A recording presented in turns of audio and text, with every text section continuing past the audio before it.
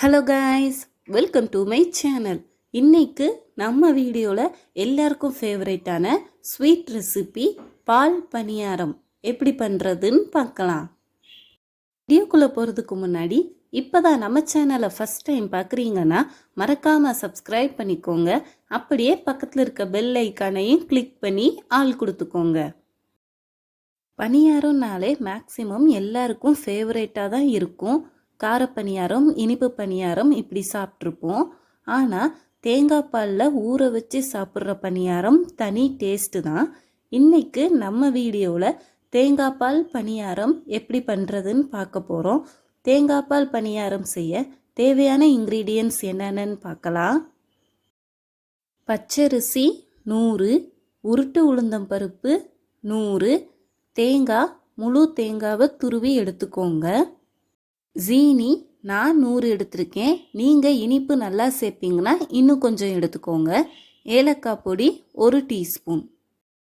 First உளுத்தம்பருப்பு, அரிசி ரெண்டையும் நல்லா அலசிட்டு அது மூழ்கிற அளவுக்கு தண்ணி சேர்த்து 3 hours ஊற வச்சுக்கோங்க. 3 மணி நேரம் கழித்து அரிசி உளுத்தம்பருப்பு நல்லா ஊறியிருக்கும். தண்ணி இல்லாமல் ஃபில்டர் பண்ணி எடுத்துக்கோங்க. அரிசி உளுத்தம்பருப்பை மிக்ஸி ஜாரில் போட்டு கொஞ்சம் கொஞ்சமாக தண்ணி சேர்த்து நல்லா மையாக அரைச்சிக்கோங்க. இந்த மாதிரி நல்லா உளுந்த வடை மாவு பதத்துக்கு மையாக அரைச்சிக்கோங்க. அரைச்ச மாவை ஒரு பவுலுக்கு ட்ரான்ஸ்ஃபர் பண்ணிக்கோங்க. தேங்காய் பால் பனியாரத்துக்கு தேவையான பனியார மாவு ரெடி பண்ணிட்டோம். இனி தேங்காய் பால் மட்டும்தான் எடுக்கணும். தேங்காய் பால் எடுக்கிறதுக்கு நான் ஆல்ரெடி சொன்ன மாதிரி ஒரு முழு தேங்காவை துருவி வச்சுக்கோங்க. துருவின தேங்காவை மிக்சியில் போட்டு 100 ml தண்ணி 2 கிளாஸ் சேர்த்துக்கோங்க. மொத்தம் 200 தண்ணி சேர்த்து நல்லா மையாக அரைச்சிக்கோங்க.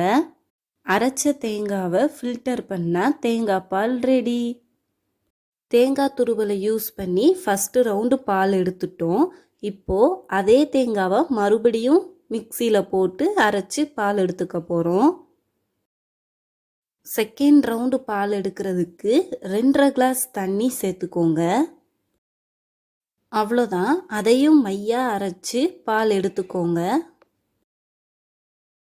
இப்போது தேங்காய் பால் ரெடி. இதில் நம்ம எடுத்து வச்சிருக்கிற ஜீனி, ஏலக்காய் பொடி சேர்த்து நல்லா மிக்ஸ் பண்ணிக்கோங்க. அவ்வளோதான், இப்போது பனியார மாவு தேங்காய் பால் ரெண்டுமே ரெடி. இப்போது ஒரு பேனில் வடை சுடுற மாதிரி எண்ணெய் ஆட் பண்ணிக்கோங்க. எண்ணெய் நல்லா சூடானதும் பனியார மாவுலேருந்து கொஞ்சம் கொஞ்சம் மாவு எடுத்து பொரிச்சுக்க போகிறோம். ஒரு பக்கம் நல்லா செவந்ததும் மறுபக்கம் மெதுவாக திருப்பி விடுங்க. 2 பக்கமும் நல்லா செவந்ததும் ஒரு பிளேட்டுக்கு ட்ரான்ஸ்ஃபர் பண்ணிடுங்க. இதே போல் எல்லா பனியாரத்தையும் பொரிச்சு எடுத்துக்கோங்க. பொரிச்ச பனியாரத்தை எல்லாம் தேங்காய் பாலில் போட்டுருங்க. பனியாரம் தேங்காய் பாலில் நல்லா மூழ்கணும். நல்லா கலந்து விட்டுக்கோங்க. அப்போதான் தேங்காய் பால் பனியாரத்துக்குள்ளே நல்லா இறங்கும். ஒரு 5 to 10 minutes கழித்து பார்த்தீங்கன்னா பனியாரம் நல்லா ஊறியிருக்கும்.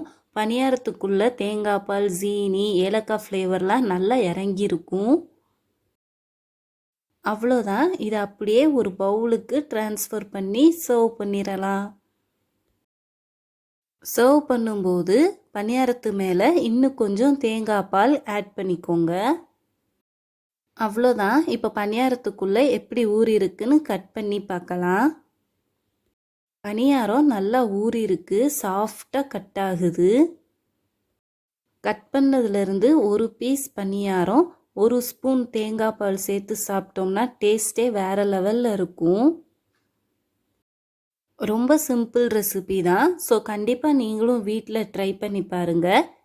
கிட்ஸ் எல்லாம் கண்டிப்பாக விரும்பி சாப்பிடுவாங்க.